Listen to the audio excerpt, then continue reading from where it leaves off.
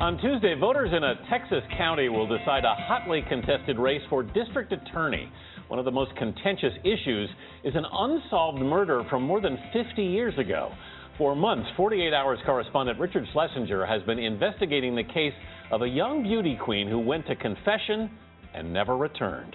Here's a preview of tomorrow night's report. It's been more than 50 years, but the shadow of the unsolved murder of Irene Garza still hangs over McAllen, Texas.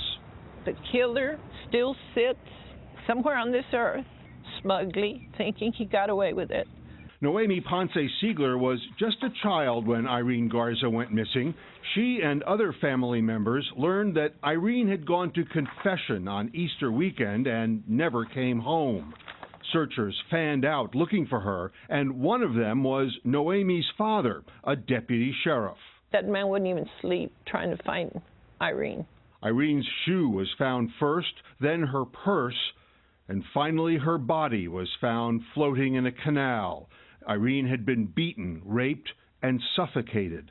Also in the canal, a curious clue, a slide viewer with a long black cord. It turned out it belonged to Father John Fite, the priest who heard Irene's last confession.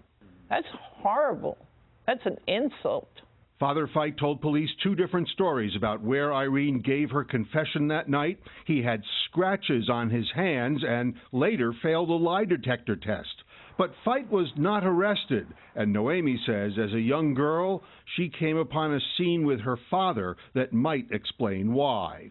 I saw him sitting in a chair with a white handkerchief, and he was crying. What was he crying about? Later, I found out that my daddy had been asked to turn in his records of the investigation of the case.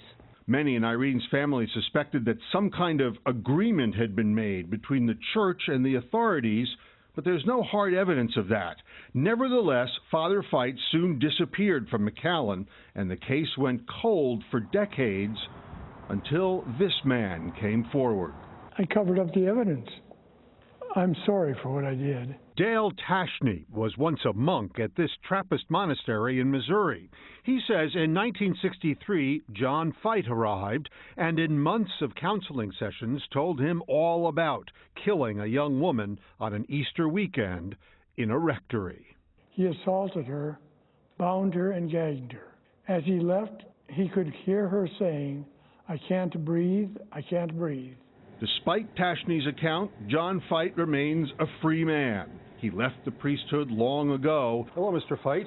And we recently caught up with him in Scottsdale, Arizona. Well, let me just ask you straight out. Did you kill Irene Garza? No. Do you know who did? No. Well, Dale Tashney says that you told him that you did Dale kill is him. full of But Irene's family wants to hear more from Fite, under oath, at a trial. He can't get away with it. He's not going to get away with it. And Richard Schlesinger is with us. I mean, is there a chance at this point, Richard, there could be an arrest? Well, you know, the Texas Rangers have been working this case for more than a decade. They would like to arrest him, but the local DA doesn't want to prosecute yet because evidence is old, the witnesses are old, some evidence has gone missing. It's a tough case, but it's part of the race for DA that's taking place next week. This 54-year-old case is still very much alive in the politics in South Texas. What an incredible story. Richard, thank you so much.